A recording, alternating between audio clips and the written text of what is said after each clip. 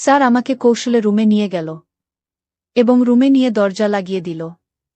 দরজা লাগিয়ে দিয়ে স্যার আমাকে বলল যে, জয়ন্তী, অনেক দিন ধরে আমার মনের ভিতর একটা কথা আটকে রেখেছি, কিন্তু আমি তোমাকে বলতে পারিনি। জয়ন্তী, আমি তোমাকে অনেক অনেক ভালোবাসি। কথাটা না বলে আমি আর থাকতে পারছি না। তোমার রূপ, তোমার লাবণ্য, তোমার যৌবন, তোমার চোখের চাহনি, তোমার হরিণীর মতো চোখ, তোমার বনলতার মতো চুল, তোমার ব্যবহার, তোমার মিষ্টি মিষ্টি কথা। জয়ন্তী, আমি তোমার এইসব কিছুর মায়ে পড়ে গেছি। জয়ন্তী, তোমাকে আমি আমার হৃদয়ে, তোমাকে আমি আমার অন্তরে, তোমাকে আমি আমার মনের মণিকোঠায় কিভাবে যে স্থান দিয়ে ফেলেছি, আমি তা নিজেও বুঝতে পারিনি। জয়ন্তী, এক কথায় বলতে পারো, আমি তোমার মধ্যে হারিয়ে গেছি। জয়ন্তী, আমি যখন তোমার চোখের দিকে তাকাই, তখন আমার কাছে মনে হয় আমি তোমার চোখের ভাঁজে হারিয়ে গেছি। স্যারের মুখ থেকে এই রকম কথা শুনে বন্ধুরা, আমি আর নিজেকে ধরে রাখতে পারলাম না। তারপর আমি স্যারের কথায় হলে, স্যার নির্জন রুমে স্যার মিষ্টি কথা বলে স্যার আমার সাথে এমন কিছু করছিল, তাতে আমার দম বন্ধ হয়ে। বন্ধুরা, গল্পটি অনেক অনেক ইন্টারেস্টিং। আশা করি তোমরা পুরো গল্পটি শুনলে অনেক মজা পাবে। তবে বন্ধুরা, তোমাদের নিকট আমার ছোট্ট একটি অনুরোধ, তোমরা দয়া করে আমার চ্যানেলটিকে সাবস্ক্রাইব করে আমাকে সাপোর্ট করবা। হ্যালো বন্ধুরা, আমি অনন্ত। আমি বাংলাদেশের ঢাকায় বসবাস করি। আমার বর্তমান বয়স 30। বন্ধুরা, আজকের গল্পটি আমার জীবনে বাস্তব একটি গল্প। তখন আমার 20 কিংবা 21। পাবলিক বিশ্ববিদ্যালয়ের নতুন একজন ছাত্র। ভাবছি আমার বাবার পারিবারিক অবস্থা ভালো না। নিশ্চয় আমাকে একটা কিছু করতে হবে। ভাবতে ভাবতে আমার এক বন্ধুর নাম সৌরভ। তাকে ফোন দিলাম। বললাম, সৌরভ বন্ধু, দেখতে দেখতে তো ইন্টারমিডিয়েট পরীক্ষা দিয়ে বিশ্ববিদ্যালয়ে চান্স পেয়ে ভর্তি হয়ে গেলাম। তুই তো জানোস আমার বাবার পারিবারিক অবস্থা খুব একটা বেশি ভালো না। বাবা আমাকে পড়ালেখার খরচ দিতে অনেক হিমশিম খাচ্ছে। আমার বাবা সামান্য একজন দোকানদার। আমার বাবার উপর আমরা পুরো পরিবার। বাবা আমাদের পড়ালেখার খরচ দিতে অনেক কষ্ট হয়। এখন বন্ধু, আমি একটা চাকরি অথবা অন্য কিছু করে যদি আমার খরচটা চালাইতে পারতাম, তাহলে আমার ক্ষেত্রে খুব উপকার হতো। কি করা যায় বন্ধু?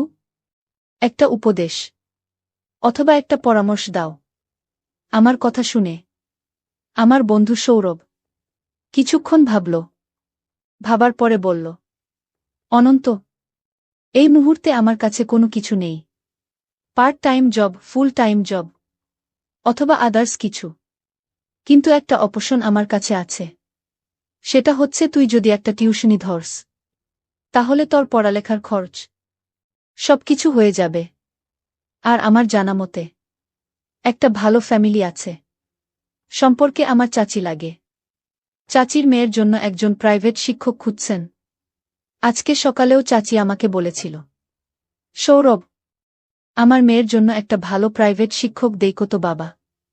আমি বললাম, ঠিক আছে চাচি, আমি দেখব নে। আর তুই আমার বন্ধু মানুষ।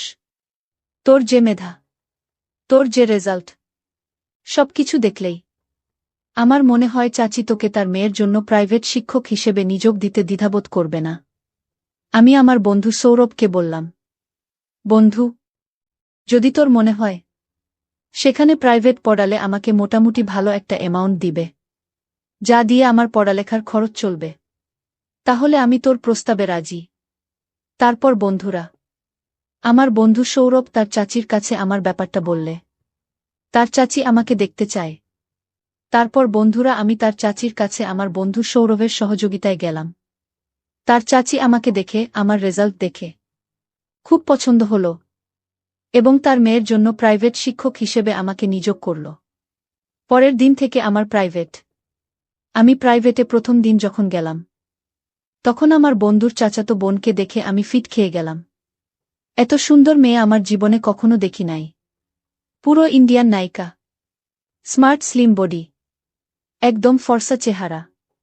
চোখগুলো আমার কাছে মনে হয়েছিল যেন ফুটল চেরা আঁকি।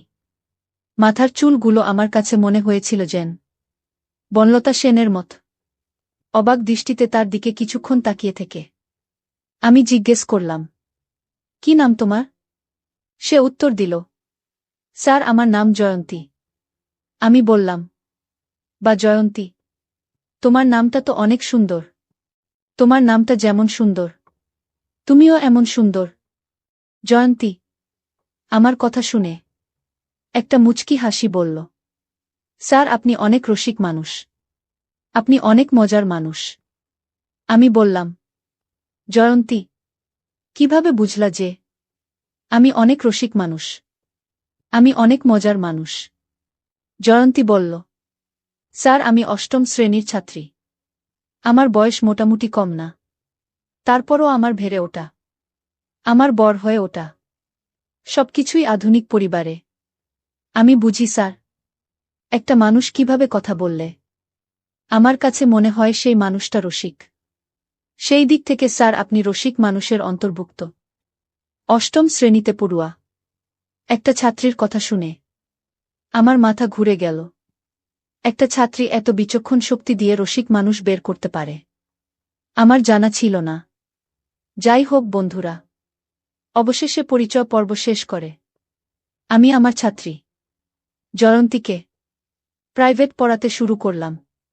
সেদিন ছিল প্রথম দিন। প্রথম দিন থেকেই বুঝতে পেরেছিলাম তার মেধা অত্যন্ত প্রকট, যে কারণেই তাকে প্রাইভেট পড়ানোর আগ্রহ আমার আরও বেড়ে যায়। কারণ মেধাবী ছাত্রছাত্রীদেরকে প্রাইভেট পড়াতে যে কোনো শিক্ষকেরই আগ্রহ অনেক বেশি থাকে। আমার ক্ষেত্রেও সেরকমই হয়েছিল। আর অন্যদিকে আমার ছাত্রী জয়ন্তী অত্যন্ত সুন্দরী, লাবণ্যময়ী এবং কি মিষ্টভাবী ছিল, যার কারণে আমি তার প্রতি প্রথমে কিছুটা দুর্বল হয়ে যায়। আমি জানি, যদিও তাকে কোনোদিন পাব না, কারণ তার ফ্যামিলি আর আমার ফ্যামিলি কখনো কোনোদিন ম্যাচ হবে না। এভাবে দেখতে দেখতে আমি তাকে প্রায় 2 থেকে 3 মাস প্রাইভেট পড়ালাম। সেও আমার প্রাইভেট পড়ানোর কৌশল থেকে অনেক খুশি। প্রথমত আমাদের মধ্যে খারাপ কোনো কিছুই ছিল না, কিন্তু দুজন দুজনের প্রতি আস্তে আস্তে কিভাবে যে দুর্বল হয়ে যাচ্ছিলাম তা বুঝতেই পারছিলাম না। সে আমার দিকে পড়ার ফাঁকে ফাঁকে মাঝে মধ্যে কেমন জানি এক অদ্ভুত দৃষ্টিতে তাকিয়ে থাকত। আমিও মাঝে পড়ানোর সময় তার প্রতি অন্য রকম দৃষ্টিতে তাকিয়ে থাকতাম, কিন্তু কেউ কখনো কারো মনের কথা প্রকাশ করতে পারতাম না। এভাবেই চলতে চলতে প্রায় 3 থেকে 4 মাস চলে গেল। 3 থেকে 4 মাস পর একদিন তাকে দেখে আমার চোখ কপালে উঠে গেল, কারণ সে এই দিন তার বাড়িতে কিসের জন্য একটা অনুষ্ঠান ছিল। অনুষ্ঠান উপলক্ষে এমন সুন্দর করে সেজেছিল যেন তাকে আসমানের পরী মনে হয়েছিল। তাকে দেখে আমি কতক্ষণ যে অপলক দৃষ্টিতে তাকিয়ে রয়েছিলাম আমি কখনো অনুভব করতে পারি নাই। শুধু জানি কিসের একটা মুহে আমি যেন তার প্রতিমূর্তির মতো দাঁড়িয়ে রইলাম। আর মনে মনে ভাবলাম, কেন জানি মনে হয় সে আমাকে অনেক ভালোবাসে, কিন্তু আমার সামনে প্রকাশ করতে পারে না। আমিও তো তাকে অনেক ভালোবাসি, কিন্তু আমিও তো তাকে প্রকাশ করতে পারি না। জয়ন্তীকে ভালোবাসি এ কথা প্রকাশ করতে না পারায় মনের মধ্যে কেমন জানি একটা অস্থির অস্থির ভাব চলে আসলো। মনে মনে ভাবলাম, আজকে আমি আমার মনের কথা জয়ন্তীকে কৌশলে বলে দিব, পরে যা হবার হবে। কারণ আমি যদি আমার ভালোবাসার কথা জয়ন্তীকে না বলতে পারি, তাহলে আমি তাকে পাব কি করে? অনুষ্ঠানের মধ্যে বড় মজলিসে হঠাৎ আমি লক্ষ্য করলাম যে জয়ন্তী হেসে হেসে আমার দিকে আসছে। আমার দিকে এসে আমাকে বলল, কেমন আছেন স্যার? কখনো আসলেন? আমি বললাম, এই তো মাত্র এসেছি। তারপর আমি বললাম, জয়ন্তী তোমাদের বাসায় আজকে মনে হয় কোনো একটা অনুষ্ঠান আছে, তো তোমার সাথে আমার কিছু কথা ছিল। যদি তুমি আমাকে আজকে একটু সময় দিতে, তাহলে হয়তো আমি আমার কথাগুলো বলতে পারতাম। জয়ন্তী বলল, কোনো সমস্যা নাই স্যার, আপনি বলেন। কখন? কোথায়? আপনাকে সময় দিতে হবে। আমি বললাম, জয়ন্তী আমার একটা ফ্রি জায়গা লাগবে, যাতে করে তোমার সাথে আমি মন খুলে কথা বলতে পারি। জয়ন্তী বলল, ঠিক আছে স্যার, কোনো সমস্যা নাই।